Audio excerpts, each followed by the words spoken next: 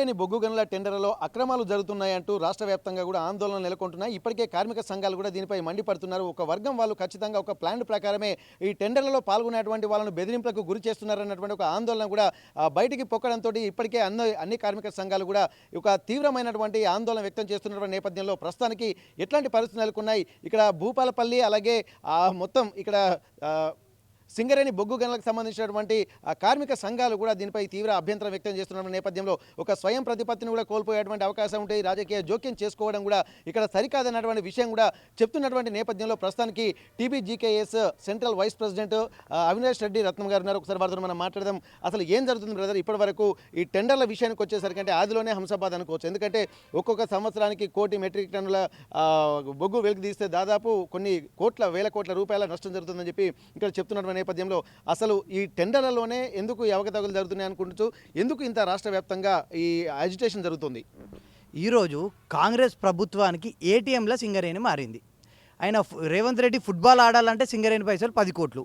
టెండర్ల విషయంలో ₹1,00,000 దాటిన టెండరు ఖచ్చితంగా ఈ యాక్షన్ కింద ఎవరైనా పాల్గొవచ్చు. వాడు అమెరికా నుంచా, ఢిల్లీ నుంచా, ఎక్కడి నుంచైనా పాల్గొనవచ్చు. ఈ క్రమంలో ఏం చేసిందంటే సృజన్ రెడ్డి, ఎవరైతే రేవంత్ రెడ్డి బామ్మర్ది ఉన్నాడో అతను ఈ సర్టిఫికేట్ అనే విజిటింగ్ సర్టిఫికేట్ అని ఒకటి తీసుకొచ్చారు. దాని విధానం ఎప్పటి నుంచి వచ్చింది? 2024 ఏప్రిల్న ఒక కాలం పెట్టారు. ఆ కాలం పెట్టి ఏం చేసిరంటే ఎవరైతే సైట్ విజిట్ చేస్తారో వాళ్ళకి మాత్రమే ఈ సర్టిఫికేట్. సైట్ విజిట్ చేసేటప్పుడు సర్టిఫికేట్ ఇవ్వాలంటే ఖచ్చితంగా మన డేటా కావాలి. వాని ఫోన్ నెంబరు, వాని ఇంటి పేరు, గింటి పేరు అన్నీ వచ్చిన తర్వాత వీడేం చేస్తారు, వెంటనే వీళ్ళకి ఇస్తాడు. సృజన్ రెడ్డికి ఇస్తే సృజన్ రెడ్డి నేను రేవంత్ రెడ్డి బామర్దిని అని చెప్పి ఫోన్ చేసి బెదిరించి ఎవరు టెండర్ వేయకుండా ఆపి ఈ 100 కోట్ల కుంభకోణం చేయడానికి సృజన్ రెడ్డి మెయిన్గా రేవంత్ రెడ్డి పాల్పడ్డారు. ఓకే, అయితే దీన్ని దృష్టిలో పెట్టుకొని ఇప్పుడు జరుగుతున్నటువంటి నష్టాలు, ఎందుకంటే ఒక ట్రాన్స్పరెన్సీ అనేది ఉండాలి టెండర్లో, కానీ ఇప్పుడు దీనివల్ల ఇక్కడ కార్మిక సంఘాలకు కానీ తీవ్ర అన్యాయం జరుగుతుంది. ఒక స్వయం ప్రతిపత్తి హోదా కూడా వెళ్ళిపోతుంది, ఇది ఒక పార్టీ చేతుల్లోకి వెళ్ళిపోతుంది అన్నటువంటి ఒక ఆందోళన వ్యక్తం చేస్తున్నారు. ఒకవేళ అట్లా జరుగుతుంటే ఇప్పటికీ మీ కార్మిక సంఘాలు, మీ కార్మిక చట్టాలు ఏం చెప్తున్నాయి? ఒక స్వయం ప్రతిపత్తిగానే ఉండాలనిపిస్తుందా? రాజకీయ జోక్యాన్ని ఎట్లా చూస్తున్నారు మరి దీన్ని? ఈ కాంగ్రెస్ ప్రభుత్వం వచ్చిన తర్వాత విపరీతమైన అంటే చెప్పలేనంత రాజకీయ జోక్యం. ఈరోజు కోటర్లల్లో అవినీతే, ఈరోజు మెడికల్ బోర్డు బంద్ చేసిరు, ఉన్న వారసత్వ ఉద్యోగాలని తీసేసిరు, ఈరోజు సింగరేణి డే జరుపుకోలేనంటే దుస్థితి. ప్రతి సంవత్సరం 3,50,000 సింగరేణి భూపాలపల్లికి ఇస్తే ఈరోజు కేవలం 40,000 ఇచ్చే చేతులు దులుపుకున్నారు. కానీ ఫుట్బాల్ ఆడడానికి 10 కోట్లు వస్తాయి రేవంత్ రెడ్డికి. సింగరేణి పైసలే. ఇవి ఎవరి పైసలు? మా చెమట, మా రక్తాన్ని రేవంత్ రెడ్డి పట్టుకోవడానికి ఎవరు? అక్కడ మోడల్ స్కూల్ కట్టాలంటే కొడంగల్ సింగరేణి పైసలే. సింగరేణి దోచుకుంటారు, సింగరేణి నాశనం చేస్తారు. కేసీఆర్ ఉన్నప్పుడు ₹1 కూడా సింగరేణి డబ్బులు తీయలేదు. సిఎస్ఆర్ నిధులు తీసి రోడ్లో లేకపోతే స్కూల్లో కట్టిరు, కానీ ఈ ఫుట్బాల్ లాంటి మెస్సీ వస్తే ఫుట్బాల్ లాంటి పైసలు మాత్రం 10 కోట్లు పెట్టలేదు. వీళ్ళు సింగరేణి సర్వనాశనం చేస్తారు. కార్మికులు మేలుకున్నారు. ఇప్పుడు జరిగే మున్సిపల్ ఎన్నికలలో ఖచ్చితంగా కాంగ్రెస్కి బుద్ధి చెప్తారు. ఈ యాక్షన్ అనేది ప్రైవసీగా జరగాలి. ఎవరు చేస్తారు టెండర్ అని తెలియదు. ఈ సృజన్ రెడ్డికి ఎట్లా చెప్తారండి వీళ్ళు? సృజన్ రెడ్డి ఎవరు అసలు? మా సింగరేణికి సృజన్ రెడ్డికి ఏంది సంబంధం? ప్రతి దాంట్లో అవినీతే. ఇవాళ ఇందారం ఏందండి పరిస్థితి? 25 కోట్ల కుంభకోణం. ఫైన్ పడితే ఫైన్ ఎందుకు రద్దు చేస్తారు? ఇవాళ మా అధికారులు విజిలెన్స్ వాళ్ళకి ఇట్లా దీన్ని బయట పెడితే వాళ్ళని ట్రాన్స్ఫర్లు చేస్తారు, అధికారులను భయపెడతారు. ఇది ఎక్కడి నుంచి వస్తుంది? ఇది రాజ్యం, మీ రాజ్యం అనుకుంటారా? బిడ్డ అనుకుంటున్నారు, రాజు పెట్టుకోండి. కేసీఆర్ గారు ముఖ్యమంత్రి అయిన తర్వాత ఖచ్చితంగా ఈ టెండర్ల మీద విచారణ జరిపిస్తాం. ఈరోజు కిషన్ రెడ్డి గారు తెలంగాణ రాష్ట్రం నుంచి బొగ్గు శాఖ మంత్రి అయ్యారు కేంద్రంలో. మీరు ఎందుకు సిబిఐ ఎంక్వైరీ చేయరండి? వెంటనే పిలుస్తారు. అంటే ఇప్పుడు కిషన్ రెడ్డి కూడా చెప్తున్నారు కదా, రాష్ట్ర ప్రభుత్వం కనుక ఒకవేళ దీనికి సిబిఐ ఎంక్వైరీకి రిక్వెస్ట్ చేస్తే మాత్రం ఖచ్చితంగా మేము చేస్తామని చెప్పి కిషన్ రెడ్డి గారు కూడా చెప్తున్నారు కదా, మరి ఎందుకు దీన్ని ఎట్లా చూస్తున్నారు? కిషన్ రెడ్డి గారు ఎట్లా చెప్తారు? మీరు రాష్ట్ర బొగ్గు శాఖ, కేంద్ర బొగ్గు శాఖ మంత్రి, మీరు ఏంటి వెంటనే ఓ రాత్రి ఎమర్జెన్సీ మీటింగ్ పెట్టిరు కదా, నువ్వే సిబిఐ విచారణ కేంద్రం చేస్తున్నాయి కదా.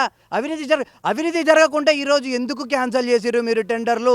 మేము అంటున్నాం 2024 ఏప్రిల్ తర్వాత వచ్చిన ప్రతి టెండర్ మీద ఎంక్వైరీ జరపాలి, ఈ దొంగల్ని బయట పెట్టాలి. సృజన్ రెడ్డి నీకు సింగరేణితోటి ఏం సంబంధం?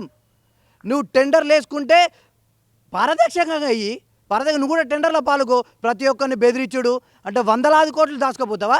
ఇది కరెక్ట్ కాదు.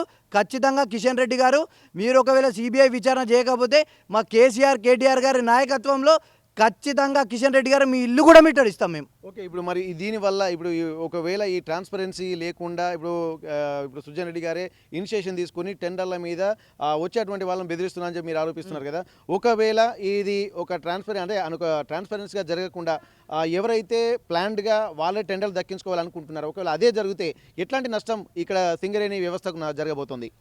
ఇవాళ 600 రూపాయలకు వచ్చే టెండర్ను కావాలని వీళ్ళు ఒక సిండికేట్గా ఏర్పడి 700, 800 రూపాయలకి ఇస్తే కొన్ని వందల కోట్ల రూపాయల లాభం కాంట్రాక్టర్ చేకూరుతుంది.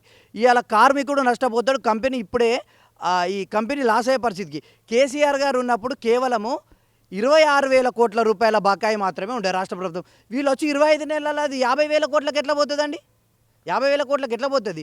ఇవాళ ఉచిత విద్యుత్ అంటూ డిస్కామ్లకు బిల్లులు లేవు, డిస్కామ్లు సింగరేణి.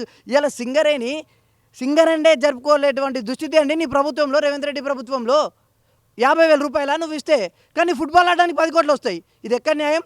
ప్రతి సింగరేణి కార్మికుడు దీని మీద బగ్గుమంటున్నారు. ఖచ్చితంగా మీకు బుద్ధి చెప్పడానికి రెడీ.